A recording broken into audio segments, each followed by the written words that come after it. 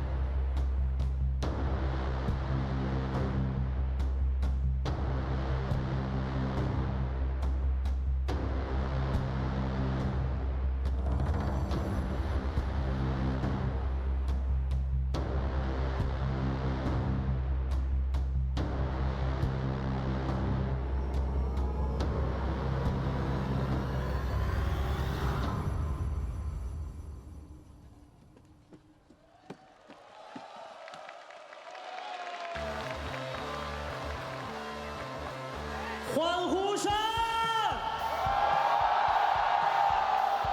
再大声点！哇，实在太开心了！我们各位来到南京我们的青奥体育公园体育馆的各位召唤师，以及正在看直播的召唤师朋友们，大家好！我是来自欧尼亚的召唤师朱铮，各位好。Hello， 大家下午好！今天的比赛依旧非常精彩，我是舒怡。 是的，我们今天呢将会为大家一起来做一个热烈的开场啊！今天呢是英雄联盟我们7周年的狂欢盛典，同时呢也是通往 S8全球总决赛选拔赛的最后一天，最后的一张门票就将会在2支战队当中产生。赢的队伍就能够前往 S8的全球总决赛，而输的队伍呢，有可能要止步在这里。所以大家也都是哎。 舒怡，我在说这么关键的这种讯息的时候，你一个人在旁边就在吃。我也想忍住不吃，但是我们的多利多滋玉米片实在是太香了，然后这个味道闻了之后，我就忍不住想多吃2口。果然是又香又脆的多利多滋玉米片，一个人分享一下，不是主食好了，分享一下啊。对，其实是有惊喜的，对不对？你知不知道我们多利多滋有一句话吗？就是吃我们多利多滋玉米片，每吃一片都会有惊喜出现。 有惊喜啊！是啊，那我吃了都惊喜还没有来。那是因为你吃的还不够多哎，再吃一片，我们一起来吃一下，看一下惊喜到底在哪里。惊喜，好来看，惊喜，在我们全场里边，惊喜在哪里？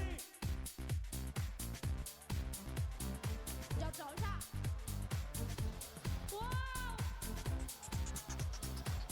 哇，我们的惊喜就是。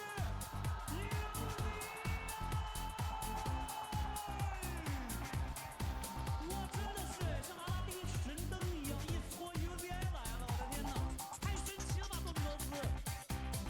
那 UZI 跟全场的朋友，大家先打声招呼。Hello， 大家下午好，我是 UZI。哇，真的好来吃一颗多米多斯，赶紧吃一片，赶紧吃一片。真的好开心哦，真的是。哇，你吃了也有惊喜出现，惊喜在哪里？又来了，是吧？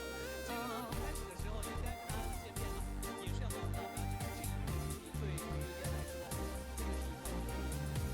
前几个比赛当中，其实大家都看到了，我们 UZI 和自己的战队，大家赢得了夏季赛的冠军以后，可以说是蝉联了。同时，个人还赢得了 MVP 的金牌。今天我们拿那么多金牌，感受怎么样？那么多支持你们，真的非常感谢大家一直以来的支持，因为在过去的6年也没有拿到很多好的成绩嘛，但是也是大家一直以来对我的支持，让我今年终于拿到了更好的成绩，就很感谢你们。对，所以我们再一次把欢呼的掌声送给 UZI， 祝福他在未来的比赛当中取得更多好成绩，好吗？这就是对你的欢呼，对你未来的祝福。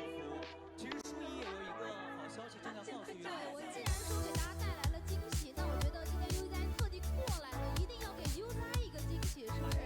哎，那这边的话呢，我也是代表多利多滋给到 UZI 一个超级大的大惊喜，就是我们多利多滋终身畅吃卡，终身是一辈子，是一辈子。多利多滋玉米片。就是想要以后打比赛，就是休闲之余在后台休息室，大家在一起分享，连队友都可以一起吃。行走的多利多滋，哎呀，太棒了！那可以说未来一生都是有香味存的。好，来，这个惊喜感觉怎么样？我是非常开心的嘛，既然都已经终身畅吃了，我也把这个分享5份给大家，分享5份。给大家吗？现场的观众，年限大概多久？也是终身，那分享多久呢？我觉得分享给大家1年的终身畅吃卡，就是1年的畅吃卡，怎么样？对，一辈子当中分5年给大家，你就小虎还是走进了 UZI 的生命了啊！这个太棒了啊！好，挺好。所以说，其实现场的观众好像不是特别的怕了，就 UZI 亲手给你们的1年畅吃卡，你们不要吗？要不要？1年，每个月都给大家寄好多的多利多滋玉米片啊！是啊，我们还能组一个战队，多利多滋畅吃战队。你们就加入了 UZI 作为队长的玉米片队。大家一定很好奇，怎么样参与到我们这个全球主持人的游戏？哎，大家知道多利多滋有句 slogan 叫做“多利多滋梦本来是”，我们这个环节就叫多利多滋梦。给大家看看这个游戏的规则是什么样的。我们的话呢，因为今天来之前，我跟小朋友在拍一些多利多滋的照片，然后大家呢都会尽可能的找到现场每一个观众的任何一个人。那到你的话呢，一定要跟我们上面的照片进行一个互动，还可能就是小狗喂你吃，可以发现按照照开去接触它。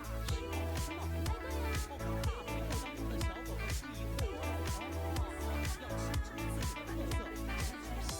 那我们这样话不多说，直接大屏幕开始寻找起来，看看在全场的你到底谁啊能够5个名额的机会能够获得1年玉米片的畅吃机会。多利多滋为大家带来的放胆时刻，来绽放你的笑脸，镜头寻找起来，我们大屏幕当中来看。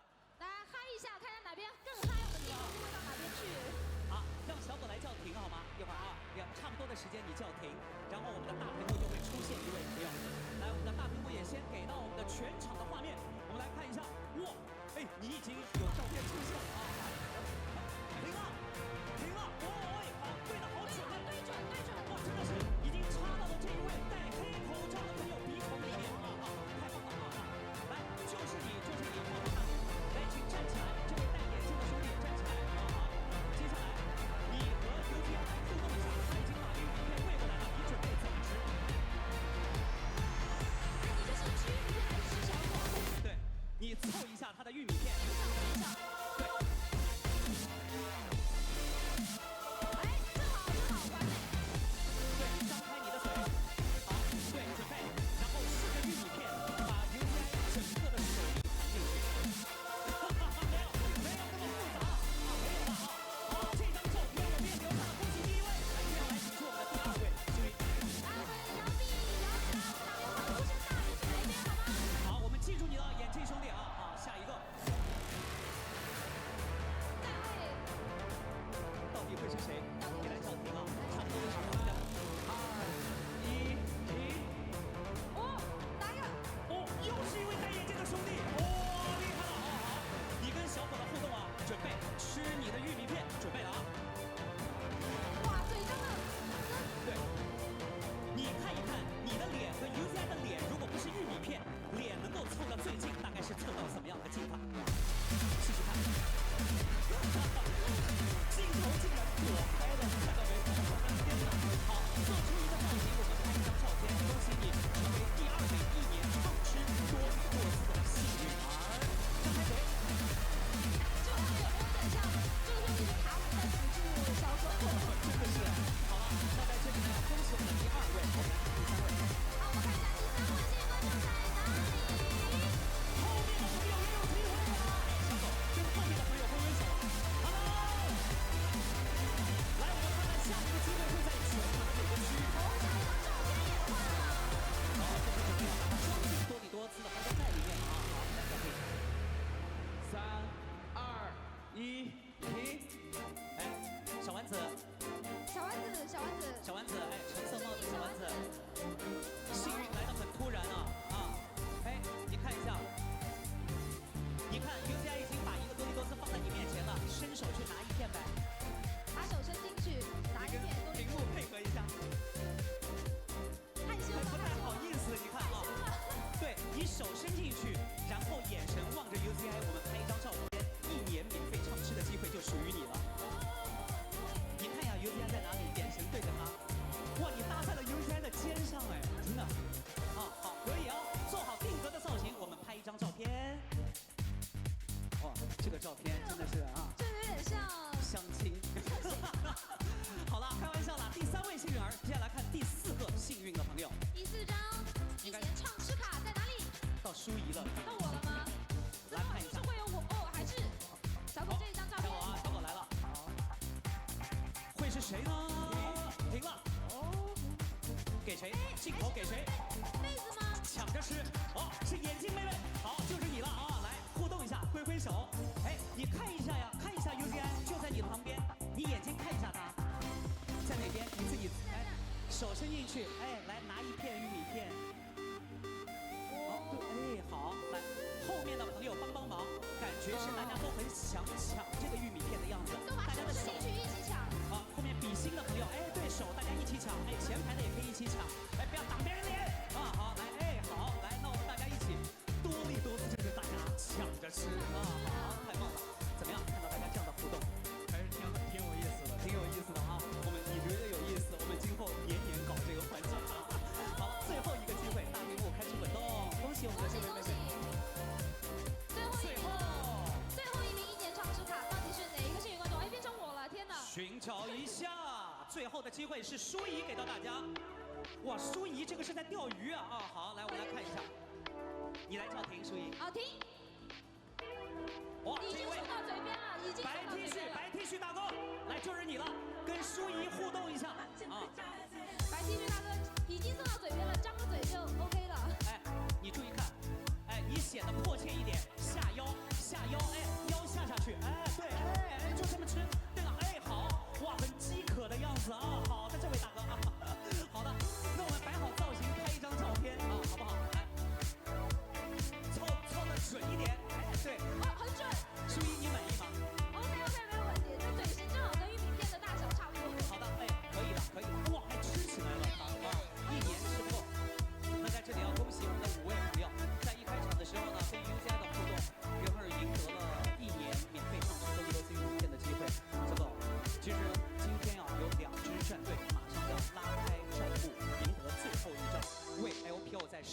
得荣光的这样的一个机会。其实有各方的粉丝，大家今天都有聚集在这里，祝福每一个你的电竞同行今天能够赛出好成绩，好吗？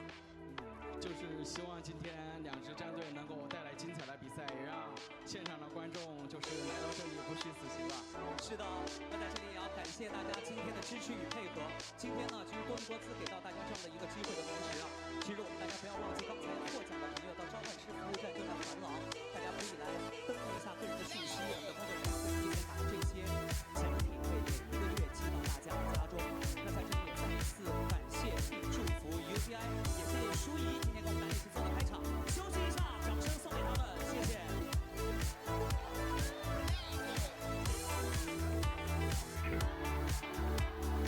真的，我发觉全场每一位大家的动作。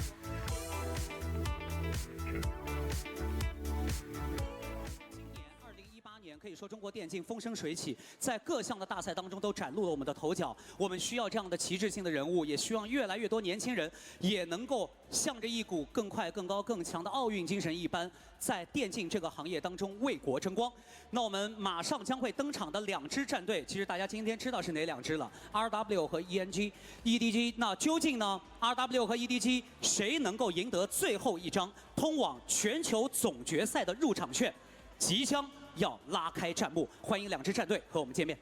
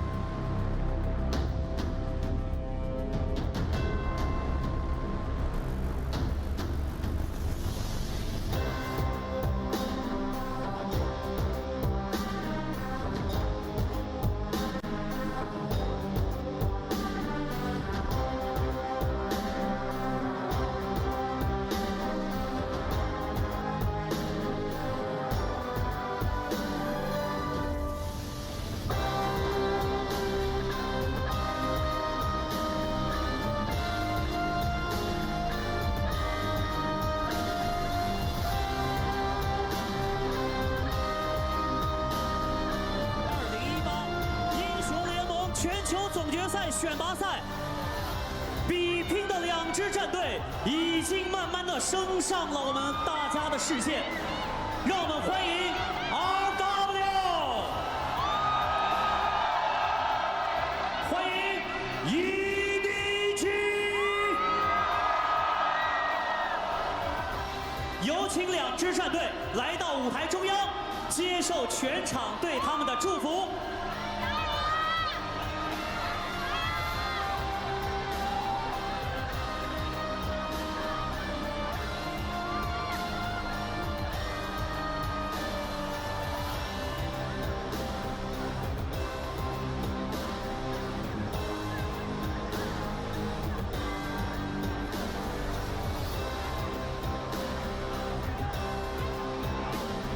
各位队员已经站成一排，他们的目光盯向的是胜利的前方。究竟这2支战队谁主城服？那我们最后的一张门票又将会归属于哪支战队？让我们一起锁定即将到来的这场 BO5。那我们期待2支队伍都能够取得最出色的发挥。祝福 RW、EDG， 比赛正式开始。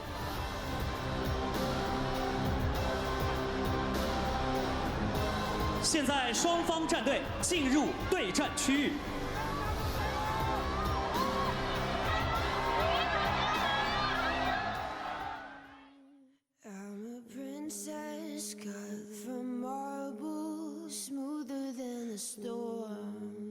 饱受质疑，也备受关注。侠盗勇士的传奇由我们自己书写。顺利的、不顺利的，我们都走过来了，千难万险，都无法阻止我们求胜的心。今天我们要冲破营销。每一次高举双拳，振臂呐喊，我们从不掩盖对胜利的渴望和喜悦。这一次，也是一样。我知道有很多人想要我们的夏天到此为止，希望他们都听好。国面有我，不由天。尝过让所有人为我们欢呼的甜头，所以更加渴望站到更大的舞台。这最后一张门票，我们必将全力以赴。从建队以来 ，EDG 从未缺席全球总决赛。今天，你们每个人都将见证属于我们的倔强。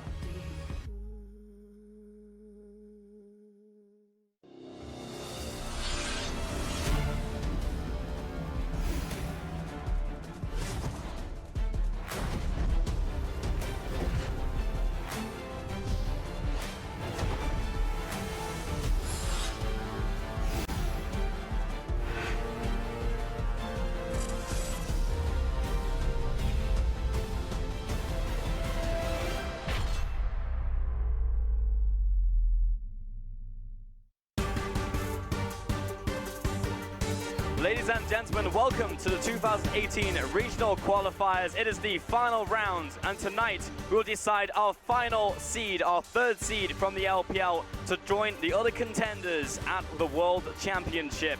It's been a long time coming. It's been a rocky road for both of these two teams, but one of them will ascend tonight.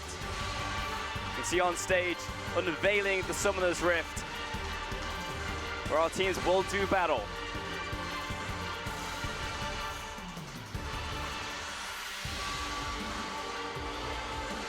My name is Pulse, and I'll be joined alongside Clement Chu and Barento Raz Mohammed.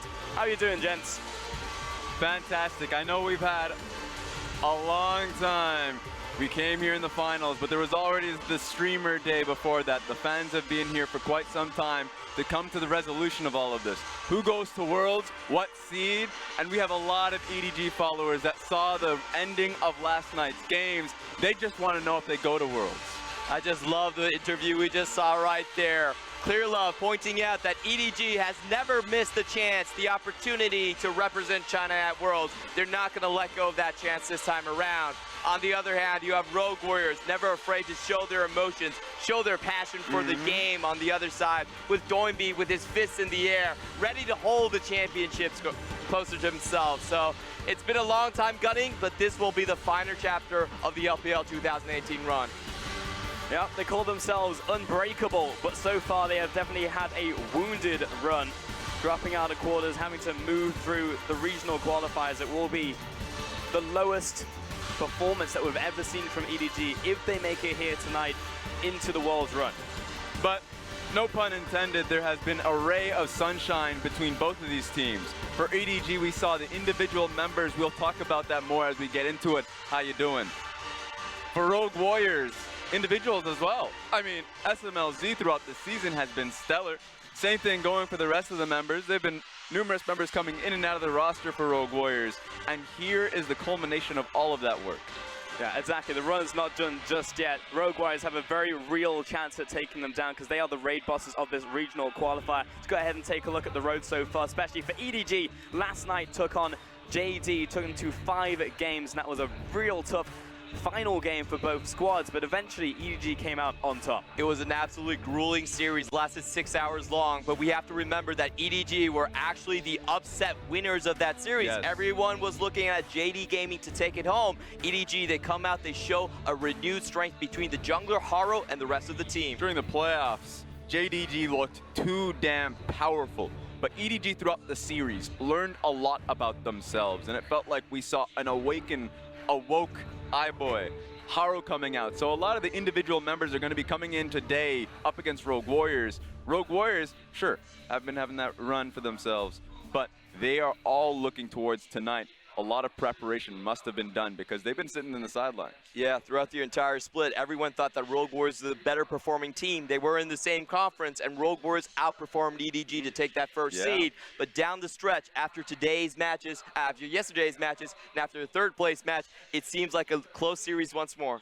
Yeah, 100%. I mean, I like what you're talking about there, Raz, because Rogue Warriors have had a lot of time now to watch EDG make their run and finally get to them here at the end of the regional qualifiers. And I think we need to start looking at this one from the bottom to the top. And we look at the bottom lane specifically. We look towards SMLZ, the all-pro mid laner coming in at #1 over Uzi. But I feel like the fight here today will be who's going to take second right underneath Uzi. Yeah, if we had started the playoffs, I would have easily said that SMLZ is #2 next to right, Uzi, just because he took that throne during the summer split when Uzi was injured and wasn't having the play time. Then we saw the series last night where iBoy came back to his old form, where the international audience saw the exact same iBoy they saw in 2017 Worlds. So this is the real matchup. iBoy versus SMLZ, and it really comes down to this. And we have to talk about the different styles. For SMLZ, he is known as the hyper carry. A large chunk of the damage share comes from him. He has the most kills in the summer split. On the other hand, you have the EDG bot lane, and that's always been legendary from Name onwards. He will be the focal point of EDG in the laning phase. Yeah, the styles have changed though, and the interesting thing is we take a look at the Kai'Sa play actually coming in from both players. Then we look at the individual styles as a thing that will separate them versus the champion pool rats. Yeah, 2017 is when she first came out, and we got to see SMLZ's Kai'Sa willing to just be the cleanup, the janitor duty of Kai'Sa's. Waits for the end fight to jump right in. We got to see a little bit of that from iBoy, a lot more brazen, and that's what I love to see. I know that Kai'Sa really defined the playoffs because we have so many phenomenal AD carries. It's going to be the defining point of tonight. It just seemed like she was built perfectly for the LPL. You get to start the fights yourself, you work well with the 1-3-1, and you always keep the action going. But the styles recently have changed specifically for SMLZ because we know him in the laning phase not as the strongest laner alongside Kahlua, because 9 solo deaths so far in the summer split. Not a stat you want to have to your name if you're the AD carry, the rock of any team that you're on. SMLZ has historically been the guy who's cool, collected, never drops a beat, but the laning phase has really been where the cracks have shown so far. Exactly. In team fights is when he comes up, but in the laning phase, we know him as a great individual, but him and Killua, not a great duo. They die quite frequently to ganks. They don't get the vision downside in the bottom lane, and they play incredibly aggressively when Flawless isn't there. That just happens. So to shore that up, I think he's moved away from the Kai'Sa recently, and he's gone towards the Varus and the Misfortune to shore up the laning phase, and I think it's gotten a little bit better. Yep, he just definitely needs those stronger picks to take him through lane, and we have to remember in the most recent head-to-head against iBoy, Kai'Sa went over to iBoy 2 times in a row, and it was beaten down 2 times in a row by the Varus and the Misfortune coming out from SMLZ. Yeah, a lot of people are going to be gunning for SMLZ down in the bottom lane, and of course we have to look towards the mid lane. Everyone saw the performance that we saw yesterday coming out of the Scout on the Akali. To be honest, she'll probably just never get access to that champion ever, you know, in his entire career, because it was just disgusting what we saw out from them. But then we compare it to Doinby, and you're looking at these, it's like, yeah, similar amounts of champions played, but very different champions. Exactly, because Scout has a deep champion pool within the mid lane meta, and then Doinby just says, well, if you look at it, wait a minute, am I a top laner, am I a mid laner? Oren, Poppy, Aatrox, there's been a few of those, Renekton, Kled. He plays so many bruises because he plays his style. If he finds an excellent counter to an Aurelia, why not go for it? He's known for these picks, but also if he picks like a Ryze, he might go in towards a tank build. And that's the biggest thing about these two players is that Scout is the one that will be putting his foot forward. He's always about the picks so far. The Zoe and the Aurelia are the big ones for him. But on the other hand, counter picks is where Doinby's at. He's known as holding on to the last pick on the red side, and he has so many off-meta picks where you really can't expect what he's going to throw at you. Yeah, a lot of his picks also benefit the team as well. You specifically look towards that Kled pick, but you're right. Got to focus first on Scout because he will be the big playmaker coming in. This is the best performance we've seen in Scout's entire career. This has been the most solid performance we've seen in both summer and spring of 2018. Exactly. We had questions about EDG as a whole, but when they fell, Scout rose up. He picked up what was basically left to him. And so for Scout, on the Akali pick last night, you got to see exceptional plays like this. And during the regular season, he just had so many solo kills to his name. And so the team just revolved around his style. We've never worried about him in the lane as a solo individual, but in the team fights is where we had questions. Yesterday, he proved to us, if you give him those assassins, he will find the backline. But the Kled is really where it comes in for Doinby. This team pick often comes in late into the rotation, allows them to rotate in-game and make those early plays. We have to remember he's only lost 1 game on this champion so far, and it works really well with the Rogue Warrior strategy of running their opponents down, fast engages, gives him that split push potential, and always finds his mark onto the backline as well. And I think a few people will remember his Rift Rivals performances, people around the globe picking up Kled mid lane. Yep. He's going to play it today, or it's going to get banned. You have to respect the fact that he's willing to play it, played it in the playoffs. So for him, it's playing through Kled and just running you down. Yeah, it's going to appear either on the ban list or in-game as well. Oh, hopefully it's going to be in-game. I know that would make Clement very happy. But I am the Cled main. 100%. But if we look towards the shared champion pool, I feel like it's probably just Rise. You know, we see a lot of Rise coming out of Scout, big pick for him, but also EDG and how they like to rotate, especially when they get ahead. But you look at Doinby, he's only played Rise if you're looking at the AP majors so far in the playoffs. And I think it would really benefit him. A lot of the vision control issues that we really see from Rogue Warriors can just be shored up by the strategy EDG's been using. Push out red side jungle, use the Realm Warp, which is so crucial to just hop jump your team into the Baron so that you can clear it out. So it's just such a great solution. And also, yeah, for great 1-3-1 if you utilize it. In lane, sets up for a many ganks. So Rise is the go-to for a lot of the mid laners in the playoffs. Definitely the big pick for the LPL as well. And I think, like you were saying, it comes down to the team styles. Both of these teams have their split pushing point coming from the mid lane. Their tanks, their top laners are tanks. They don't go past the river. They have to get the mid laner to actually open up the map. Expecting it to be the bottom side of the map that's really having the sparks flying in this one for sure. But we just take a step back and just think about what this means for Doinby, because again, this is the revenge tour for the team, especially Mouse on the top side. But for Doinby, very similar storyline to what we saw from Rookie just a couple days ago as well. It's like it's redemption time. Can he actually finally make Worlds? Because he's come so close so many times, but now he's facing out an EDG who just look renewed. And here's the thing with Doinby, because it means so much more to him. For Rookie, he's made his career in Korea and then brought his talents over. But Doinby literally started from China. He came over here, didn't have really a team that started in Korea, started from the LSPL, brought his team up into the LPL. In fact, if you were looking at the video pieces that we have on Doinby, it feels like he knows the Chinese language a little bit more than the Korean. He definitely does. But that being said, the opportunity to go back home to Korea and show the world, show his own, like show the fans, show his homeland that he is living the high life. That is the respect, that's the redemption he needs. That's the big thing. He needs to prove that he made the right decision, because he came here relatively unknown as a streamer. Yes. Nobody picked him up in the LCK, and that's going to be the return of a Korean son, but as a Chinese king. So that's what we all want to see, and it means significant importance for him and to prove his own legacy with this new team. And remember, he's always been close. Yeah. With Calgary Reapers, he's always been close to being able to get that ticket to Worlds. So he needs to be able to make it today, because the big wall against him is the EDG wall that's always been there. First seed, second seed, first seed. The fact that, yeah, sure, it's going to be the third seed, but they haven't missed that Worlds Tour. So it seems like a massive wall to go past, but that's the obstacle they need to. You know, Chapter 2 is always the Empire Strikes Back. They might have taken them down in the playoffs so far, but they're coming back strong. And what that really shows me is the experience and the ability to adapt down the stretch in a big BO5. And we really haven't seen that from Rogue Warriors. They have not been that successful in terms of the playoff run so far, and even fell down to EDG 3-2 the last time around. It was just extremely unexpected to see that from EDG at all, because we hadn't had any evidence to show that this would be the fact coming into the end of the split. It was like, all right, playoffs time, here's the playoff buff, here's come clear, and then we didn't see any of it until we got into the regional qualifiers. But it came in at the right time for them, because now they can maybe sneak into playoffs. We're going to move now on to the win conditions and see how these teams are going to win, because we know what the stakes are for the teams, but what are the team's strengths? Raz, start us off. All right, immediately. Now, if you started this one 2 weeks ago, it would have just been Empower Scout. But iBoy came back with Power, and so Empower both your AD carry and mid laner. Both of them are having a phenomenal run in the gauntlet. And then your Ironclad defensive vision has been there for you. It's going to be incredibly important tonight going up against Rogue Warriors that have been lacking in that. Structured plays, faster to being able to take that first tower, first blood.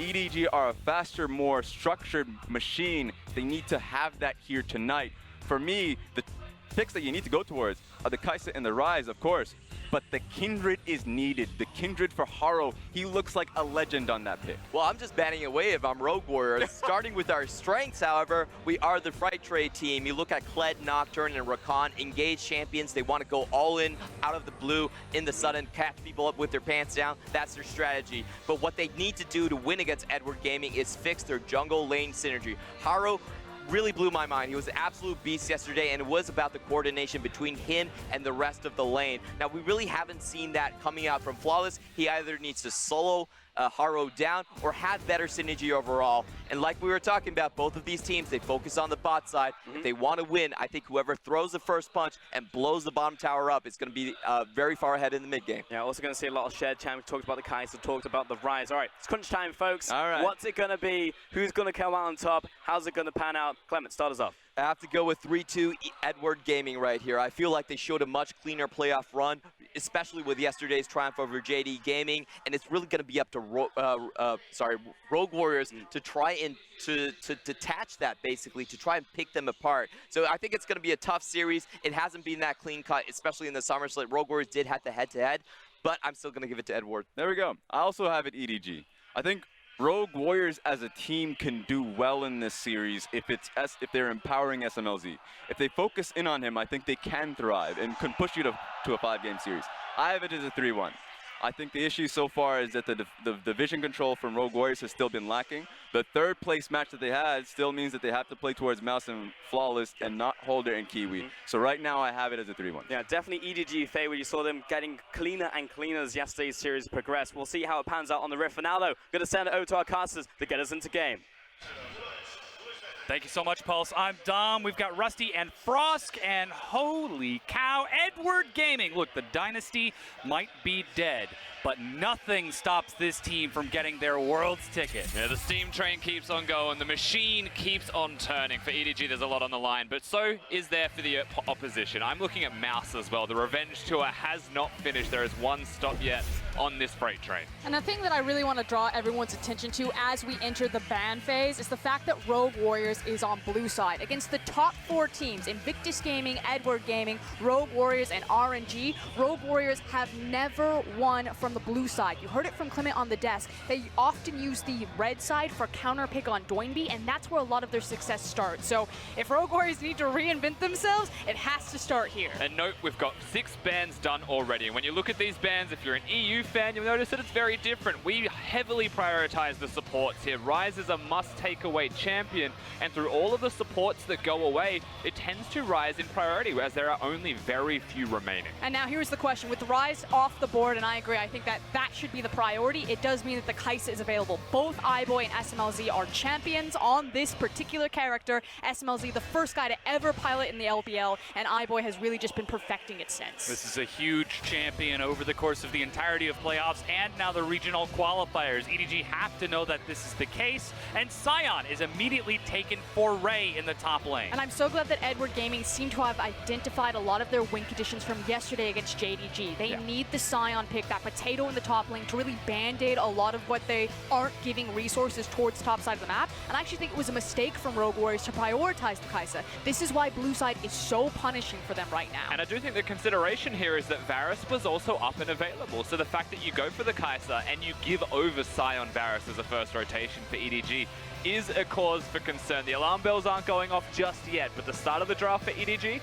very solid. Now, they can try to make up for it by grabbing the Aatrox, using it as a flex pick. It's not normally something that we would see taken into the hands of Mouse. Doinby usually is our Aatrox pilot here. If I know anything about Rogue Warriors, they tend to go like Aatrox, Urgot, and just show that they're solo laners, but not where they're going. Flex, flex, flex. And they need to really leverage those flex picks, because again, without red side, it's much harder to use a counter pick to try to create map priority. Rogue Warriors often have losing lanes, either in the bot side or in the top side of the map. It's usually just mid lane that survives. And that's why we see a very early Braum focus for the support, not looking at the Urgot flex, not looking at a jungle for Flawless, so EDG will get the chance to try and pare that down once they get to their next phase of bans. But it seems as though Rogue Warriors have identified, hey, going up against iBoy and Mako, one of the best lanes in the world, could be a bit of a challenge. So let's go ahead and focus that down. Now, Edward Gaming, they're going to lock in Zilean here. Yeah, we expected some fringe picks to be seen in this series, but usually from the Rogue Warriors camp. This time around EDG, they're going to channel their NA just a little bit more, lock themselves in a Zilean. Now, I assume that that's going to be going towards the support lane. Yeah, you would have to assume. It's not a champion that we've seen a lot in the LPL. I believe there's only 2 Zileans previously during the course of regular split. So while Zilean has been cropping up globally, it is rather new to the LPL. And if Edward Gaming are ever going to throw a wrench in the works, this is now the time to do it. Now we can see Edward Gaming looking to focus down Flawless. That Camille that we were talking about on the desk is still open. as Aurelia gets taken away from Scout. It looks like Rogue Warriors are expecting that Zilean to go bottom. They're leaving that jungle pool open, so EDG, they'll get their pick of the litter once this next ban goes through. Let's see what that's going to be, because Haro is instrumental to EDG's success if yesterday's series is any indicator. And it is curious that they're choosing to ban away the Aurelia here on the Rogue Warriors side. Doinb has got an abundance of counters, an abundance of tanks and things that he can play into Scout's assassin-style champions. So it makes you think that he's going to play something more along the lines of a mage, and that he may just try to empower, may just try to support SMLZ. And I agree that there is focus on the mid lane, but for me, I see something like that Braum pick, and I almost want Flawless to kind of throw down the gauntlet and grab a very aggressive jungler, something like the Dark Harvest Graves or the Dark Harvest Lee Sin, and instead of camping the mid lane, which has usually been his MO, to actually change it up and try to punish a very pushing, very aggressive iBoy and Mako. They will leave themselves exposed to ganks. Rogue Warriors need to identify this. And all eyes will absolutely be on that bottom lane now that a Camille is locked in on top of that. Edward Gaming, we're watching our analyst desk. They know what's up. What does Flawless have to answer? No. So Zach's going to be more of a scaling jungler. My first consideration here was actually towards the direction of a Trundle, because you're against the Scion and Varus is very low mobility. But Zach, they want the gank access. They're going to 5v5. This is my huge problem. Now, Zach is really interesting for Rogue Warriors. They like to run a lot of gimmick-style compositions where they usually stack a lot of invulnerability and then just throw themselves on top of it. Aatrox and Zach are two cores of that type of composition because they're so hard to kill with kind of their superficial tankiness built into their passives. But because Zach can't really have gank access until level 5, it's such a slower-paced game, and Edward Gaming have been blowing teams up in the first 10 minutes. And this seems like the style that Rogue Warriors really embraced towards the beginning of Spring Split when we first saw them enter the LPL. Play a space creation composition to allow SMLZ to scale up into the mid and late game and be that hyper carry team fight AD that we know that he can be. But he's up against a Zilean. He's up against a LeBlanc. And we see both the compositions. Again, I'm going to start with Rogue Warriors. You look at their stats. If they do not have a lead by 15 minutes, they simply just don't win the game. They are a very fast team. They usually have higher averages than Edward Gaming. We saw how quick EDG were in the early game yesterday. I expected the first 15 minutes of this matchup to be very blood hungry and very bloodthirsty. But with a comp like that, I feel like they're moving away from their strengths. They're saying, go late, play around SMLZ. Let's just scale up and have a big meaty front line and then roll into EDG. Yeah, the one thing that stands out to me is that Doinb ended up with cleanse on his mid lane Aatrox. Aatrox is a champion that loves to win lane, loves to control the 1v1, but against all of the crowd control coming out of a LeBlanc and a Camille, he errs to the side of caution to survive through his laning phase. That does make you wonder why the Aatrox in the first place, but EDG's composition, a lot of kill threat. There is a lot of kill threat everywhere. They are strong at pretty much every stage of the game. Capabilities of 1-3-1, split pushing, it's all there for them. They've got a solid comp. It looks like Edward Gaming have absolutely been warmed up in their set yesterday, and they're bringing all of that momentum forward against Rogue Warriors. Remember, this is a team that has not missed Worlds since their creation. This is the first time ever they have not gone as a first or second seed. And it truly does feel like in this series in particular, in this moment, that we have an antagonist and a protagonist. You know, Clement said the Empire, I'm going to call Rogue Warriors the Rebels, and I think everyone, yeah, there's a lot of EDG fans, but people are almost tired of seeing Edward Gaming consistently go to Worlds and consistently let them down. So I'm curious where the crowd voice is really going to follow behind, especially on a very momentum-based team like Rogue Warriors. Doinb, when he tastes that spotlight, it's full steam ahead, and the international stage has only gotten a glimpse of it at Rift Rivals. And there's a reason we've been calling that team the Freight Train. Can they bowl over the Empire? Can they find the Death Star and that so crucial vent hatch?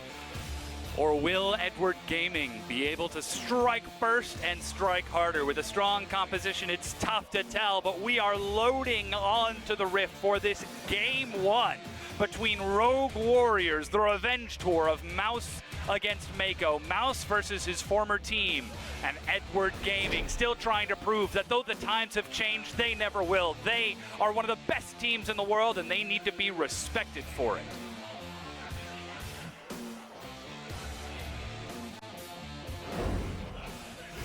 It's Game 1, Rogue Warriors versus EDG.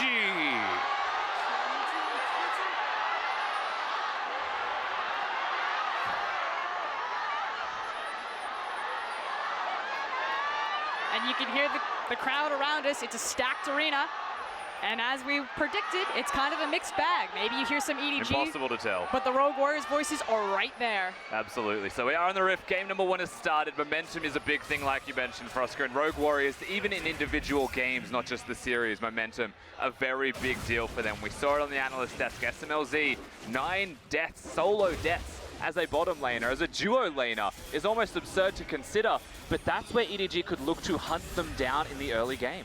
Yeah, and I do like what the analyst desk was trying to say, you know, moving towards the misfortune, the Varus picks. It's clear that SMLZ has identified that he has a weak laning phase. You can see it across his stats. A big thing for me is when he's picking up his gold, because he doesn't actually fall that far behind his opponent in terms of gold, but he usually has to pick it up post the lane phase. The tower drops around 12 minutes on average. They then throw him out to a side lane, and they start hyper-scaling him. But in that window, it's incredibly important that Edward Gaming have a huge opportunity to punish Rogue Warriors as they scale SMLZ. And that's what we're seeing right now. An early invade into the tri-bush from iBoy and Mako force SMLZ and Killua back out of this lane, which gets Flawless off this side of the map. Haro invades to take away the red buff, and things are looking slow for Rogue Warriors on this bottom half. And you do have to note that running Cleanse Aatrox in the middle lane doesn't give him the most pressure in the 1v1 comparatively to the Ignite, where that adds extra kill threat. You can see that he is being pushed in right now. That's access to Haro to go from red to red, and he is not stopping. He wants to keep Flawless down in this early game, control more of the jungle. He may not find him here at a camp, but if he does, Flawless is very low. And frankly, you have to expect this from EDG. They showed against JDG yesterday. Hold on. Uh-oh, Haro has found him. He's not paying attention. Flawless. Is he going to flash? He does. Oh, no. And Haro lets him go. Of course, that cell division. And again, you have a full best-of-5 footage of Edward Gaming just steamrolling the early game. Rogue Warriors, statistically, are actually the faster team than EDG in almost every single metric. They have always been the pre-15-minute team into a lot of these mid-game team fights that are so chaotic. For them to just take a backseat and try to scale up, I feel like they're not reading or playing to their own strengths. They've put themselves at a disadvantage, and EDG are punishing them for it. Haro continuing to look for a gank onto Doinby in the mid lane. Dashes out of the minion wave, that Umbral dash to get some distance as Haro is just maneuvering constantly, and Scout is controlling mid. But the wave is pushing towards Scout's tower right now, and Haro hovering near the middle lane with red buff. Doinby unable to place vision around the area means that it's not very safe. He's going to have to farm cautiously, and that means he'll most likely be using spells for that. Doesn't get all of the CS due to the high cooldowns early in the game, and suddenly a lead, an advantage, something small, something extra goes towards the side of Edward Gaming. And this small little lead does cascade into larger things, particularly once they hit 6, once they get their first item. And particularly in the jungle right now, is Haro just has full access to whatever he wants from Flawless. And especially now without having access to the flash for Zac, he just needs to be so careful with the defense vision, the 2 early control wards that came out, so he can track the Camille and stay away from her. And that's the thing, he's going to find the Camille as now. he jumps in. But he's looking for the one getting pulled out of the hook shot. Doinby looking to Scout. catch up. That's Flash. Haro just a bit too far. And of course, the miscommunication there is the fact that Haro wanted to go in, didn't tell Scout. You're starting to see some of those cracks in the framework because, again, the LeBlanc has access to the Ignite. The Camille wants to go aggressive. You know that Zac doesn't have Flash. So, frankly, miscomms between Scout and Haro turns it back around. Oh, bottom. That's a flash used by Mako and that heal to close some distance. Killua and SMLZ teleporting in see an advantage with the items on SMLZ. But again, they are getting constantly pushed back out. Already, iBoy and Mako have opened up a CS advantage of 13 down there. That is the Zillion with no summoner spells, and Zillion's a very fragile champion. Haro's about to potentially spot Doinby. Doinby inside of the brush. Haro manages to find him. Doinby doesn't get the auto on the blast cone. Finally follows, but Haro's right there with him. Infernal chains onto the Krug. Scout follows.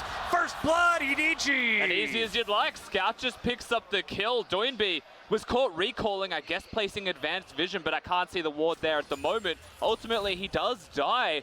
EDG just get gifted their first kill of the game. I mean, it's a head scratcher right there. It felt like Haro had kind of thrown it back to Rogue Warriors, invades without assistance to Scout, and then Doinby just tosses it back to Edward Gaming with a bizarre back timing. Zac's coming into the bottom lane right now. They want to get Mako. He has no flash. Killua walks forward. It's only 2 more autos. That's going to lock him down. He's at low health, gets pulled in. SMLZ finds his own, turning onto iBoy, but iBoy's still firing harassed back. And there's that punish that Edward Gaming's bot lane will leave themselves exposed to. They always like to be aggressive. They draft to be pushed up in this lane, to be constantly picking at the Kai'Sa and Flaw Flawless strikes. And that was a very crucial point in the game. Doinb spotted by the the Ghost Poro, I believe, in that bush. So Haro just comes in with the hook shot. Easy as you like, they'll find the kill. Doinb also cancels his auto attack here. He thought about going over to the Baron pit, but a LeBlanc with mobility, having the kill threat of Ignite as well, he would have died regardless.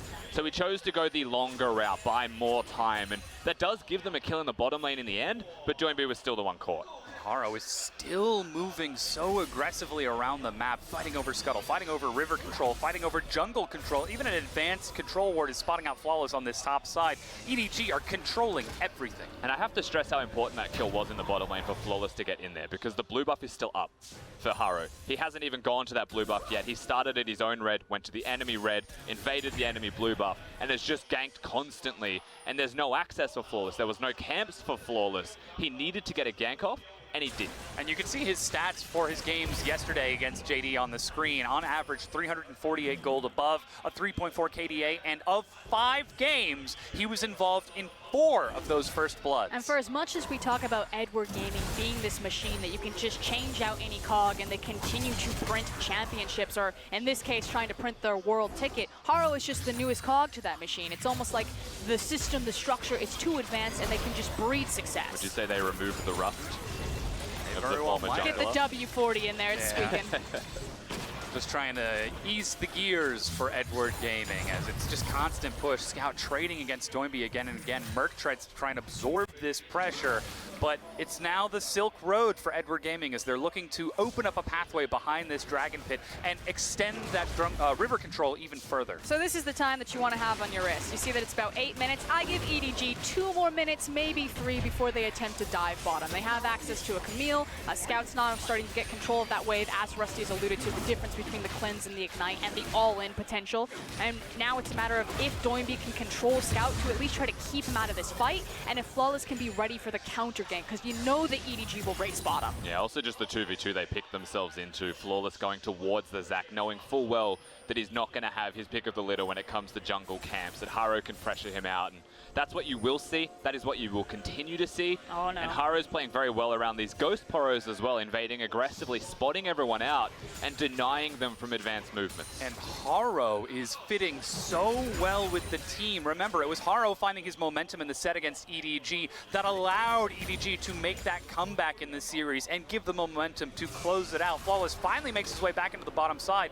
He knows that something could happen. He's already walked through that bush over that ward and not cleared it. But the thing is he can't do it right now because he doesn't know where Camille is, which is why he's taking the longest route bottom possible. He knows that there's vision there, he knows that there's a possibility that Camille is hunting, and he knows that his mid laner has just made it back. So Flawless is just trying to be extra careful while creating the safety net. He knows what Edward Gaming's play is, but EDG aren't here for once. There are summoners available in the bottom lane. Mako with about 5 odd seconds on his flash. They were looking for that window of opportunity potentially. Haro and Scout are now making their way towards the bottom lane. If the counter is on, Scout might find himself Flawless right now. Pops over the wall, Killua into the tri-bush, immediately a knockup. Can they burst down the LeBlanc in time? Chains of Corruption, but he gets abducted back. Scout is low, but he still finds a kill. The save by EDG as they dive and find themselves a kill.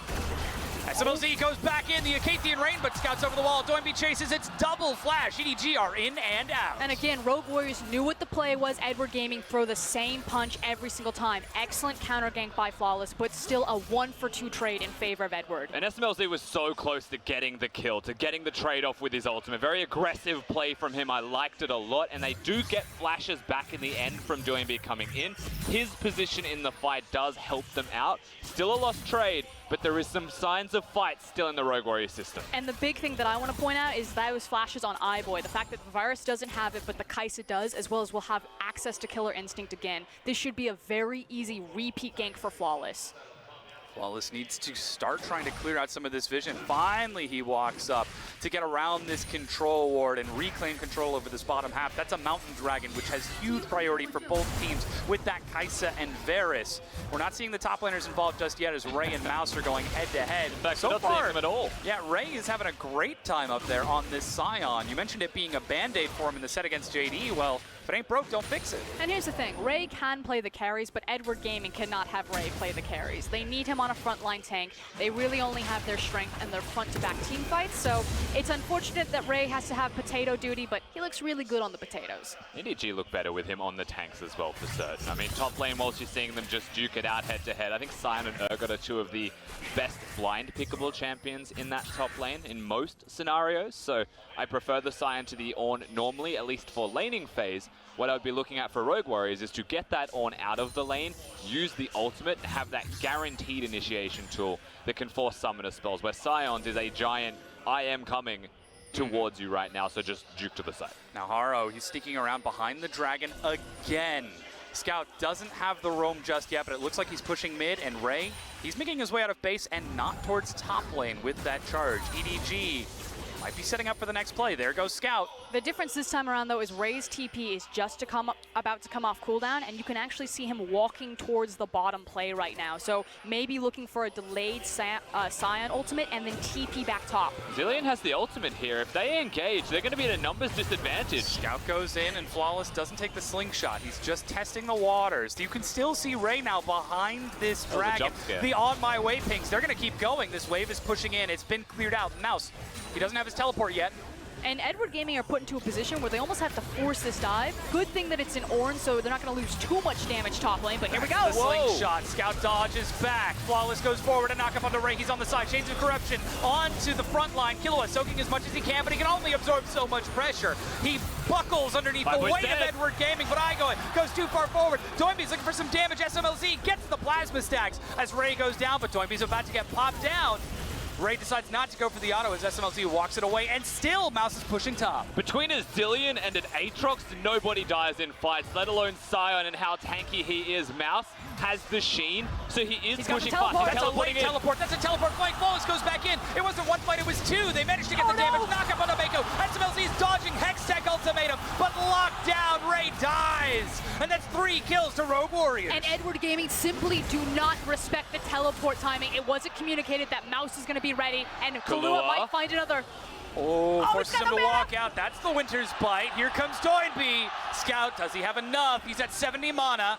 Looking for the distortion to get away. Doinby over the wall gets the knockup, and Scout, the wrong one. Ooh, tries to play the bait, ends up going down. 6 kills to 3 as Rogue Warriors strike back. The same punch every time from Edward Gaming, and it makes them predictable. Yes, EDG looked good yesterday, but that is a single best of 5 after a season where they have been struggling all split and then got annihilated in playoffs. I know that the desk was both for Edward Gaming, but this is not what they wanted to see come game 1. And if you don't know Rogue Warriors, get used to this. Numbers disadvantage, no teleport, no top laner, and they still take the fight with a low health turret. They are that crazy, they are that insane, but it always works. A race for first turret, but EDG get the push first. iBoy and Mako get rewarded with the gold, but SMLZ and Killua trade it back to equalize roughly, but still Rogue Warriors up in kills. EDG are still playing off the back of Haro's massive early game momentum. That Mountain Dragon has got to be in their sights, if not the Rift Herald after.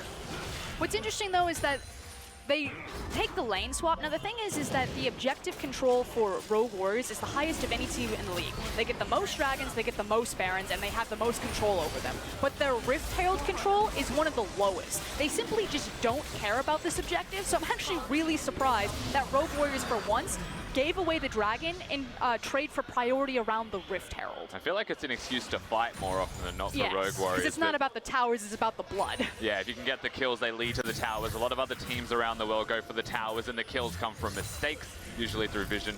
Rogue Warriors still very good with their vision, but they look for the kills first. And that hesitation to go straight for the objective after taking the top tier 1 means EDG get the dragon and get to rotate towards that pit in time to defend any plays from Rogue Warriors. So yes, it is a 1-for-1 trade in turrets, but Mountain Dragon over to EDG. And while that's not giving stats now, if EDG get that mid-game control, it'll be stats later. And it is a Blade of the Ruined King Varus, so keep that in mind when you get yourself near the Baron pit with Mountain Dragons. He will chunk that down extremely quickly. It's always going to be a consideration. EDG very good at set plays, and Baron may be the one. And they have a lot of tools to work with in those set plays because they still have access to the teleport. Ray has his, Mouse used his in previous team fight. So now we need to look at how Edward Gaming are going to split up the map, where they're going to set their pieces, and where they're going to move to checkmate. Because when you give them access to this, this is usually when they punish teams and start snowballing over in the mid game. That's where it becomes a question of how Scout and Ray perform, because we can very clearly see what Rogue Warriors have set up. They've got themselves a 1-3-1 with the Aatrox and that Oren. If they ever find that Oren, the Aatrox getting out of mid lane as SMLZ continues to catch CS elsewise. But Scout, can he go for the duel against that Aatrox later on once he starts getting some core itemizations, or will he be able to pick apart the three members? Because there's no way that LeBlanc can kill that Oren later on. We are at a point where LeBlanc can one-hit SMLZ, however, when you look at his itemization, rushes the flat magic penetration. So looking to maximize his damage once he ticks to 11, has the ignite up and available. Now, SMLZ has got the heal there from Killua, and Killua can block spells. That's what you're looking at. You need them to be working in tandem the bottom lane.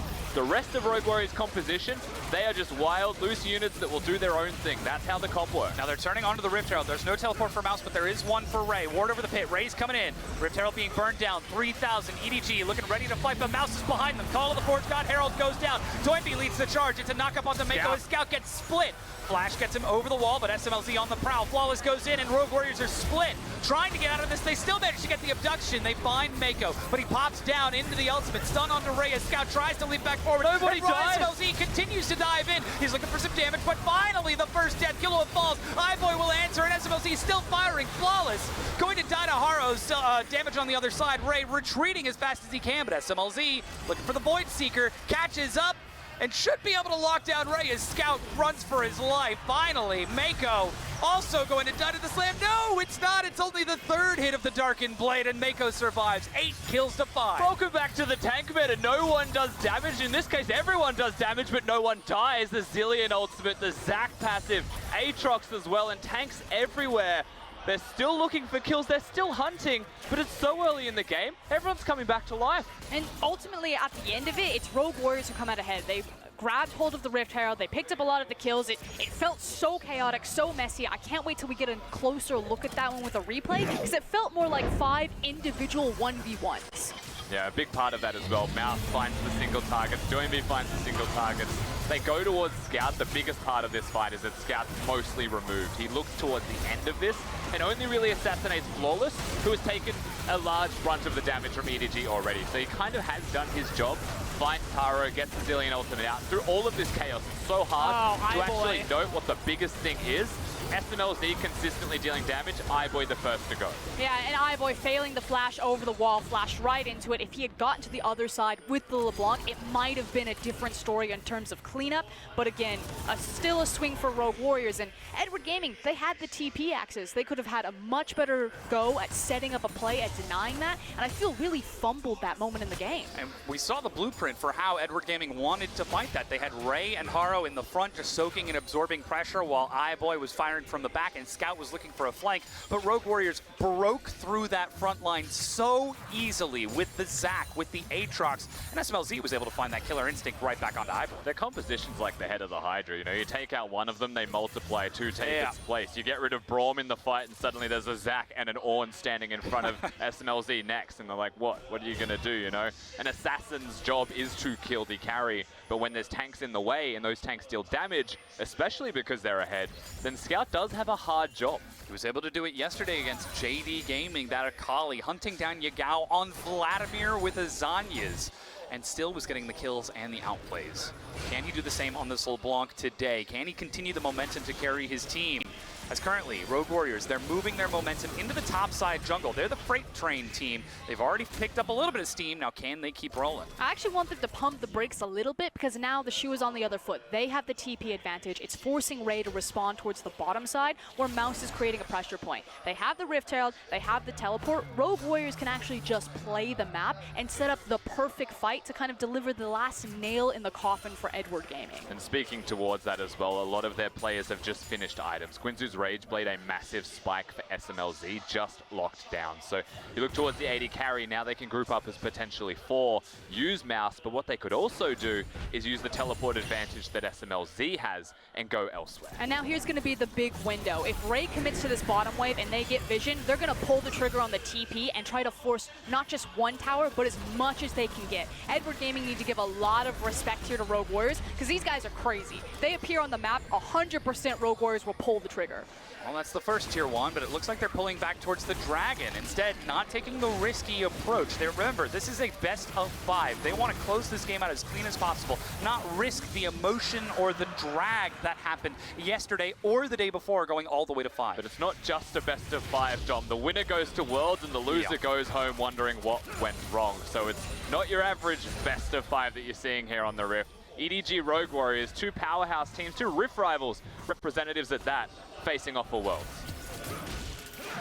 With that momentum, Rogue Warriors, 2 turrets to 1, 8 kills to 5, and about 2,500 gold ahead. We were talking about some of that itemization. It's not at a massive breakpoint just yet, as EDG are still chasing behind them. iBoy nearly with his own Gwinsus. He's got all the components. Scout looking for that Morellonomicon in just a bit. EDG, they might be behind in pace, but so far it's only a step.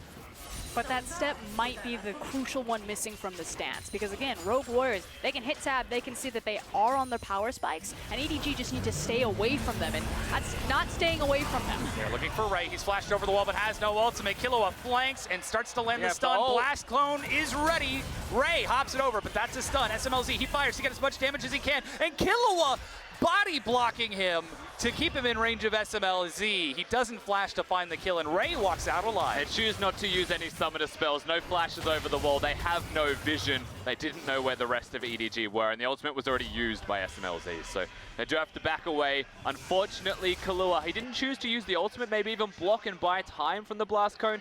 Didn't even hit the blast cone. Didn't expect it, I guess, or didn't notice. And Ray is able to miraculously get out alive. And those moments seem really small, but then again, check back towards the scoreboard. The amount of time that Ray bought, or more importantly, the fact that Rogue Warriors went for that attempted pick as opposed to trying to force a larger 4v4 or 4v5 scenario, meant that the back timers have come in. Scout's now probably going to clear out a wave, hit his own back, get 2 items, and now that tiny step in this dance between Rogue Warriors and EDG has been closed up. EDG got the backs, they got the power spikes, and they're ready to fight again. Now, it should also be noted, this is Edward Gaming not with the mid-game control. They are a control and tempo team around Baron. Once they set up plays, they are one of the best in the world at locking them down.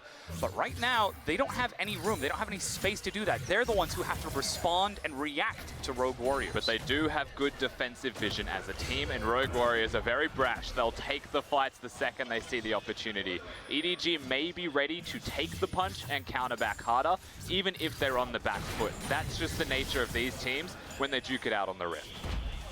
We already see that in Flawless diving onto Scout the moment he steps up to clear a ward around the Baron, but 24 minutes in, it's just been farm and control around that side of the pit. Now, teleport is back up for Mouse, and Rogue Warriors, they've got 2 items on that Kaisa. They're grouping around. Scout again, setting up so much vision for his team, just acting as a human ward. There's so much weight on his shoulders considering his performance yesterday, and so far, he's holding up to the pressure. It's also the nature of his champion, the fact that he does have kill pressure on Kaisa, so Killua has to be so careful of babysitting this Kaisa around the map, and then Scout's mobility, the access into securing the defensive vision line for EDG. He's not necessarily the one placing it, but he is the one defending it, and right now, that's the only barrier between Rogue Warriors and forcing this Baron.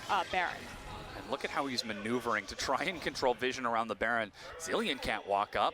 But he has no mana by doing all of this. Look at Scout's health and resources as well. The mana bar so low, has to sit back and wait just that little bit longer. Has to recall even now. There's the and slip they find shot. the time. They found Haro. Mako flashes over. He gets pulled back in the slow, the knockup. But nobody chases because they found iBoy on the other side, a much more valuable target. Yeah, the assassination happens on the other side. Scout now forced within the confine. He goes back. Dodging around the Darkened Blade so he doesn't get knocked up. He survives and avoids a significant portion of damage, but Rogue Warriors swing onto the mid-tier 2. And 30 seconds, that was all it took. Scout left the map just to make the back, and Rogue Warriors found the perfect window. They crawled in through the back door, and they lit EDG's house on fire. And did it without teleport from Mouse. He was in the area. Now he recalls, goes bottom, matches Ray. Ray as a tank will most likely not be able to get this turret in time, and Rogue Warriors with absolute control around the Baron force EDG into a reset of all of the vision they worked so hard to get around Scout. And what's so interesting is now that, as we take a look at this replay, is now that we look at kind of these two tank versus tank matchups, iBoy just frankly getting caught out, is that because of a Sion versus Oren matchup, you don't have to worry about that 1-3-1. If this was IG versus RNG, if you have things like Aatrox, or even Urgot over into those side lanes, these side lane towers and the pressure point, it's just a vastly different map game that you're playing. But in this type of scenario, Rogue Warriors aren't punished for consistently just throwing flawless at EDG and going fishing. Mouse able to follow up with that column of the Forge God is so important. And the slow turret takes speed from both of those tanks means that side push is slowed, but he's got himself the Iceborne Gauntlet and is continuing to bully Ray out here. Yeah, Mouse is having a pretty grand time for himself down in this bottom lane. And speaking of having a grand time, I think SMLZ is fully online as a champion. With the 3 items done, he didn't go zone use, he went for the Banshee's Veil. That makes life very hard for EDG if they want to engage on him in the first place. LeBlanc's assassination, that's half of a combo, and more often than not, she uses the Distort to cover distance, and that's 1/4 of the spells already removed. And that should be the safety net for Rogue Warriors to play very aggressive around the Baron. The other thing that their composition does well is the ability to turn off the Baron. The amount of mobility and gap closers and initiation potential that their composition also has. So they want to draw Edward Gaming to it, because if they don't show up, they're just going to burn it because they have the Kai'Sa. And if EDG do show up, they can turn off of it immediately and force a fight. It almost seems like Rogue Warriors have identified that EDG would be coming in with a lot of momentum and are so trying low. to ice them out. That's the knockup, but he's unstoppable. And because the CC isn't applied, there's no Plasma, there's no SMLZ. And we mentioned this earlier, this is a strategy that Rogue Warriors could actually employ. SMLZ with the teleport can appear in that lane suddenly. If the tank battle goes into Mouse's favor, even by the smallest of margins, same thing applies for EDG, to be fair. iBoy could consider that as well. But with the current state of the game, Rogue Warriors are the ones who make the play and get a free objective on the backside. Make it 2 with Mouse pushing. Still looking for the turret, needs to wait for the next minion wave, as he's having some trouble, but Ray decides to walk him off, and Mouse is already so tanky. 3 full items with a Warmogs. It's very clear what Rogue Warriors want to look for by grouping up later on. He's still going to take a ton of damage here, but it doesn't even matter because of that itemization. Opening up the bottom half of the map, Rogue Warriors trying to ice out EDG's momentum from their series yesterday against JD, taking a slow and controlled game and stalling out everything EDG are looking for. Oh, one mistake and it will mean the game. Exact same area as well, looking for the Baron. Rogue Warriors never starting it, only baiting for it. With a Zac, they are uniquely capable. With an Oren as well, who has rotated up, he's walked the area. Now they look for the opportunity to at least start it. They could very easily turn on a dime. They managed to get a ward over the wall. Flawless goes in. He's found Mako and Haro, but doesn't land the stretching strikes. Call of the Forge God as Mouse follows. Ray teleporting to act as a front line. He's knocked up. That's 3 members, leaving the other 2 on the Baron, but they decide to turn for the fight instead. Ray still able to escape out of that as Doinby gets pulled back in. Rogue Warriors invest too much in the fight and have to pull off the Baron. And now it's the TP advantage. Rogue Warriors, are they going to push it again? Yeah, I think they should reset map right now. You have the TP advantage. Edward Gaming, unless they just try to force the Baron, you can exit the area, go back to the map, and try the same play again. Yeah, Doinby with no ultimate does make things a little bit delicate. For Rogue Warriors in that last fight, the distance they covered was just a tad too far for a Kai'Sa or a Braum to even consider getting the rest of the way there and making it a full-on 5v5. Also would have been in a choke point against EDG's composition, super risky, and they didn't have the vision there. So smart, they back away, they'll reset, they go again on their terms. This does buy more time for EDG to look for some core itemization. Haro, 1 item away from finishing off that Trinity Force. Mako still looking for that Void, or sorry, Mako, Scout looking for that Void Staff. Goodness, I hope Mako's not looking for his own. As iBoy sitting at another 2.5 items, but slowly but surely, Rogue Warriors are turning from a half an item advantage to a full item advantage. And the game really shouldn't have progressed like this. You saw how EDG set up their lanes, and credit to Flawless, the fact that he was able to track Haro despite some of the early blunders, losing his red buff, and just be there and available for the counter ganks and the initial sucker punch from EDG bottom, meant that Rogue Warriors were able to even get to this point where SMLZ now sitting 4-0-3 on the hyperscaling Kai'Sa. They now have the big 5v5 composition, and they can actually sit back and just try to outscale EDG in the fights. Yeah, this is one of those moments where you don't even say Haro's behind. You know, know, when Camille's behind, has a bad time. But Camille in this composition has a pretty bad time. If you go to anyone there, SMLZ can navigate around you perfectly fine. The Banshees prevents your engage as well. He can probably 1v1 you. The rest of that team composition has 2 lives at a minimum. You've got an Aatrox with the Guardian Angel done now, Zach with the passive up and available, and you're not touching Oren. So what we're watching now is you need to pay attention to where Scout is, because again, he has the mobility, he has the safety to try to get that vision and stall out the Rogue Warriors Baron, and you need to pay attention to the blue trinkets. Right now, Scout has his available, iBoys is just about to come off of cooldown, and how they use this to spot out the Baron. Now Rogue Warriors, they're getting into the pit. That's the blue trinket to spot it. Haro completing his Triforce. Level 13 tries to walk up. Flawless at 14. Doinby's over the wall. Flawless zoning him away. The stretching strikes again. The target's not the Baron, but the fight after. They pull together. EDG getting knocked up, and SMLZ follows up with the first kill. Haro leaps over the wall. Mako running, but that leaves iBoy with no one to protect him. He's still firing. Flawless dives in. Once the CC lands, he goes down. Mako soon to follow as SMLZ finishes off Ray. It's 4 kills for Rogue Warriors. You give them a lead, Rogue Warriors know how to end the game immediately. Haro's still alive with no flash. That's your only avenue of entry into this game remaining. If he can find a way to steal the Baron, that's the miracle EDG need. And you can see that Doinby is hunting for him, trying to clear out the Camille, trying to figure out where he is. Leaps over the wall, now he spots it. And Haro is forced away from the pit. Rogue Warriors win the fight, and 31 minutes in, they take the Baron. And it doesn't look like the Empire strikes back, at least not for game 1. It looks like Return of the Jedi, because Doinby is that step closer to Korea. And you know that Rogue Warriors, when they look for this opportunity, they take the fight immediately. Doinby, Flawless working together. And with the Zac ultimate locking them down, the Ornn Horn, very easy to follow that one up. The Ram's just going to knock them up. SMLZ is unstoppable. No one can touch him on the top side of your screen. Meanwhile, when you look at iBoy, he has got the worst experience as a Varus, as a low mobility AD. The target selection from Rogue Warriors in that fight was beautiful to watch. The fact that they're consistently finding iBoy in these fights and completely obliterating him.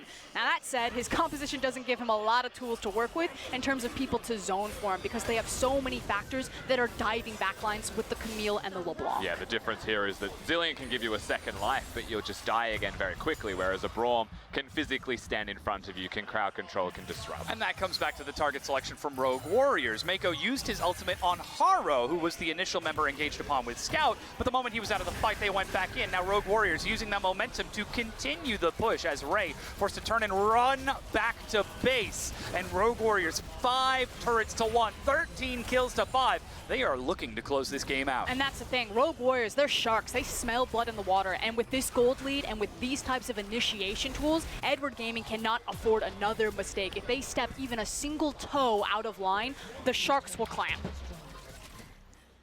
SMLZ catching the wave in mid lane, still 2 minutes on the Baron as all of the outer turrets have been broken. Can EDG hold the high ground? They have so much dive threat, but there is a very small chance for a flank now that Rogue Warriors have pushed their battle lines up. Doinby against Scout, keeping everyone busy while Rogue Warriors bring the wave mid. Doinby with no teleport, running the cleanse. Scout not really able to rotate if he keeps him busy, so it's still good in the end for Rogue Warriors. They halted the push for a little bit, knowing how long they've got left on Baron, to get all 3 lanes working in tandem, not just getting the 2 lanes on the opposite sides of the map, so that Doinby does have easier access to rotation. Likewise, Flawless trying to clear out all the vision so he can get a dark slingshot over the wall. Doesn't want to step up to that control ward though. Doesn't want to risk being caught by the CC. And looks like Mouse is the target. That's 5 members of EDG piling onto 1. Tanky though he is, iBoy's got a lot of shred at this point in the game. Mouse, check your bank account. Yeah, he's That's dead. the big question. Rogue As he got Warriors caught still out going of position. They're still pushing with 60 seconds on the clock. Ray is sitting there with the flank. Scout goes in, not able to find any damage onto SMLZ. He's getting auto after auto onto these turrets. Ray continues to zone Doinby out of this. Killua is taking the hits for SMLZ to keep him nice and healthy. And it was a lot of time bought by EDG in the assassination of Mouse. 5 people going, yes, but the timing was correct. Mouse being dead, he has teleport in 28 seconds. SMLZ's not dead, so Rogue Warriors retain control. But EDG buy time. I mean, it's massive for Edward Gaming because you lose pressure in one of the side lanes because now you have 1 less Baron on the map. You lose the ability to force the fight because now you don't have the Oren ultimate, so you are completely reliant on the Zac. I actually think with Mouse falling down there, just big miscommunication between where his team was and where he was applying pressure, that it means that the Baron ends here. Like, yeah, the timer will still go, but I don't think Rogue Warriors can force anything else with it. They're well aware of that as well. They decide to back up, take the Mountain Dragon, look for some final recalls. Guardian Angel now picked up for Doinby on top of that World Ender. He's going to be real tough to kill. Adaptive Helm finished off for Mouse. A Warmogs for Flawless even. While SMLZ is still sitting at 4 items. He hasn't backed in a while. He could be looking for something, but might be going just a bit too far, as red buff was taken by EDG. Yeah, the only one that can kill Doinby now is iBoy. He is the MVP of EDG, and he is the one that has to pull out something special, if not even miraculous at this stage, to give them a team fight victory. He has got the tank line in front of him of Ray. If they can find the front to back, if Mako can support iBoy, get the ultimate onto him, then there is a chance, but it requires special. That's where the flexibility of Kai'Sa is so strong, because SMLZ is one of the best team-fighting AD carries in the league, often known to give Uzi a run for his money, and on this Kai'Sa, he is unlocked to go both forwards and backwards. Now 36 minutes into the game, the waves are pushing up. There's no Baron for Rogue Warriors, but they're still keeping EDG locked into their base. This time around, need to make sure that Mouse is clued in with the team. You can actually see him approaching from behind. You're watching these primary hard initiations. Zach, Oren, possibly even Doinby if he's feeling frisky with the flash. Yeah, any opportunity to step up in front of SMLZ to create space for him to hit the attacks. That's what you're after. Doinby, of course, being on that flank, still pressuring, is a big part of this. Flawless being out of vision is also a big part of this, to look for engages. You are terrified if you don't know where that Zach is. He could be engaging from anywhere, and that's really difficult to react to. The problem is that Rogue Warriors are kind of in this weird limbo period where they look at the Baron timer and they say, okay, 2 minutes. Now, we can either use this 2-minute window to say, let's just try to force. If we end the game here, then, you know, we win, move on to the next one. Or if Edward Gaming wipe us because we don't take the perfect fight, then suddenly they have this massive gold lead from all of our kill streaks, especially on the Kai'Sa, that they then have a stronger 50-50 come this Baron. So it feels like they were kind of weighing their options, and now Rogue Warrior have decided, calm down, force the waves in, pick up some free farm, get some backs, and then we're going to fight them over the Baron. And now you talked about the importance of iBoy. If he can kill Doinby, if he can kill Mouse, that's going to be the way EDG get back into this. He's just finished off the Infinity Edge. Void Staff completed for Scout. We finally see some big items for EDG, and it's 60 seconds before that Baron as Rogue Warriors make a recall. And EDG, they're starting to move up. They're looking for that vision. They know what's coming. This is their chance. And you do have to note that sooner or later, EDG, they've just got one extra carry running around in the composition. If we manage to get to that point in the game, LeBlanc will kill anyone. iBoy will be doing an abundance of damage, and SMLZ is then the one true carry for the side of Rogue Warriors. There's also the fact if they can actually use the Zillion ultimate offensively. Now, normally, of course, the Zillion ultimate used defensively, but you want to use it on someone like Scout, like the Camille, when they go in, when they start the fight, so that way you still have that carry threat, as opposed to a reactive, oh no, iBoy is on fire, I must save him. Now SMLZ with that recall purchased a complete Rabadon. He is at 6 items. He is very big, 6-0-5, 407 CS. And I know we're looking at the ADCs, but I actually want to point quickly to Mako's itemization, the fact that he has Spooky Ghost. Again, if we're playing around Baron, if they lose vision control of this, that is such a key item to help at least scout out where Rogue Warriors are going to be, or try to flush them out and walk into the area a bit safer. Elastic Slingshot charging. Scary. Edward Gaming, they thought they spotted SMLZ trying to take control of a mid-wave without backup, but Rogue Warriors, they were just at the edge of his vision, and SMLZ, he's run out of patience. Yeah, they'll start the Baron. Nothing to stop them from starting this as well. No reason to not try. EDG, they're not in the area, not in time. Look at the shred that Kai'Sa does, nearly able to solo it down. 39 minutes, Rogue Warriors take the second Baron. They've already broken the inhibitor turret mid. They're at full items. They are ready to try and end this game. 15,000 gold ahead. Edward Gaming, can they make the stand? And Rogue Warriors doing so from blue side of all things with the priority pick of the Kai'Sa. It might be lights out for EDG, at least for game number 1, unless Haro and Scout can just pull off a miracle. Yeah. But that damage on iBoy, that was a single W. Yep, already at half health, iBoy. Zach going in. Flawless. Whoa, destroys him. Where did that come from? manages to find the absolute pop, and there's no chance for iBoy. The inhibitor goes down, and EDG's chances might have just run out. It was SMLZ working in tandem with Flawless. They're going in, they have to. Flash knockoff, SMLZ's in the front, he's low.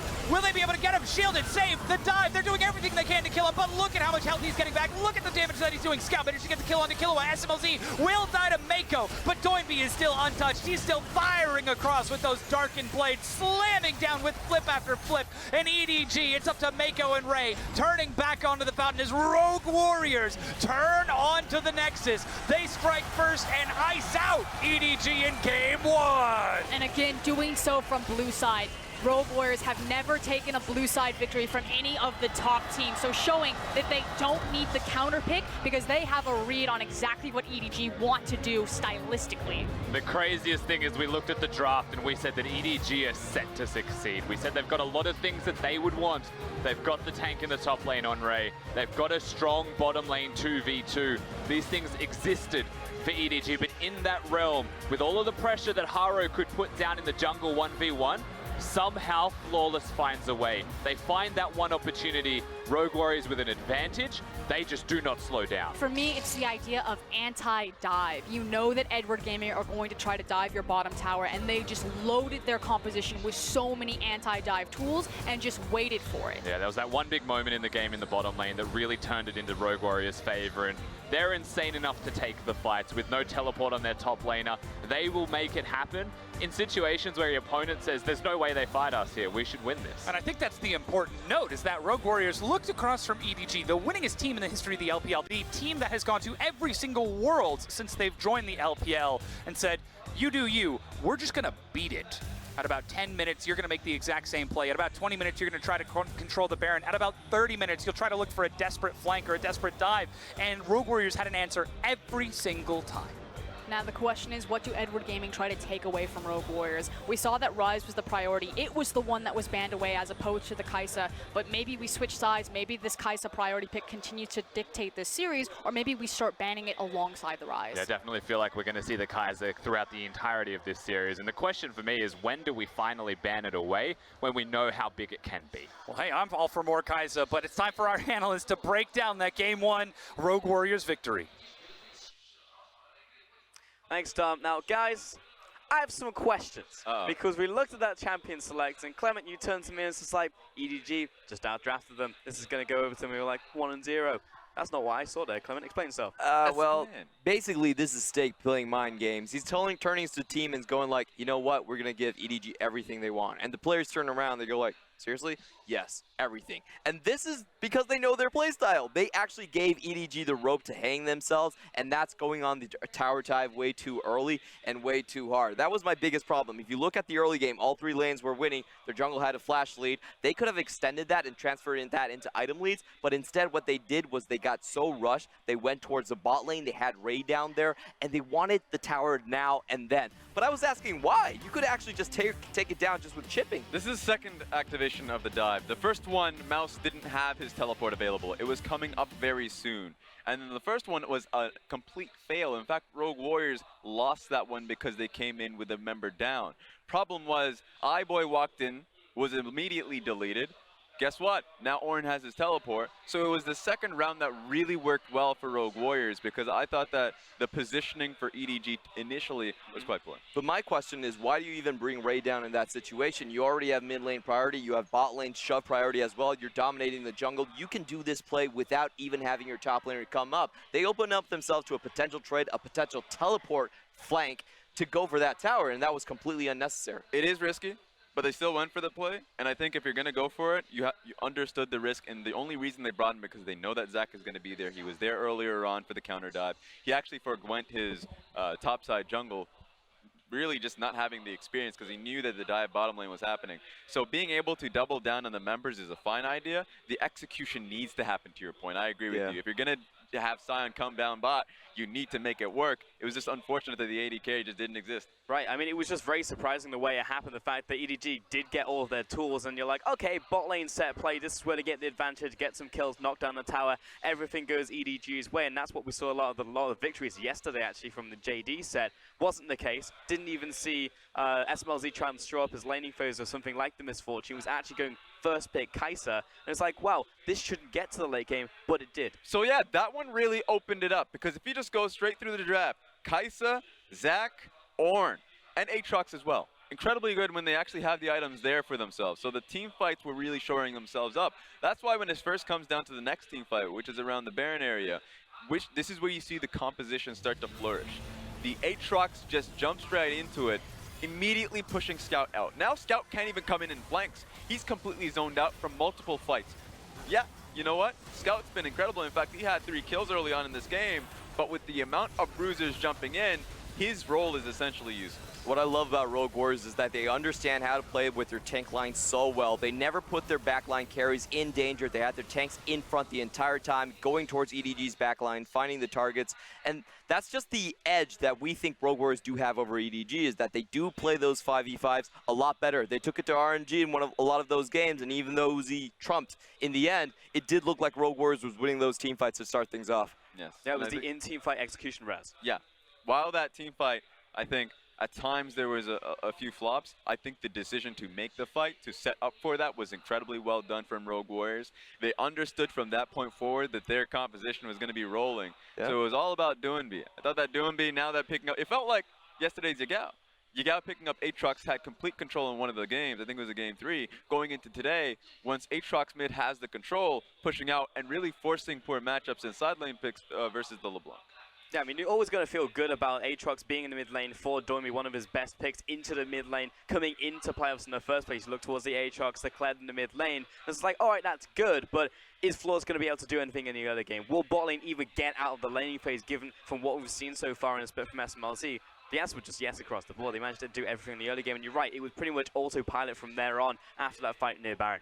Yeah, and that's why, I mean, I just love the fact that, you know, roll up the stats there for Aatrox. 15 KDA, because he's played it too often. The funny thing about the Aatrox is that Rogue Warriors draft it really early on blue side, acting like Mouse is going to be looking to play it. That is going to be a do. No one believed that. Yeah. No one believed that. And so a lot of the control from that point forward goes to the top side. They play around Baron, and it's just them just baiting around for bruisers to look for fights, and that was really caution. EDG had to be cautious because of it. But for me, I actually don't think Rogue Warriors will win another game if they go for the same exact draft. It's way too much power on EDG's side. If you look at the early game, this was mistakes from EDG causing the results of this game. And I still think a key pick for them is the Flawless Camille. That's the one we highlighted in the series meta so far. That's the one that can get you actual pressure when you have a counter matchup. And if that doesn't happen, I still think Rogue Warriors' early game is going to look very similar to this one. Right, I mean, that was the most shocking thing coming out of drafts. No, Clement, we were talking about this. It's like, well, this basically looks like the JD set.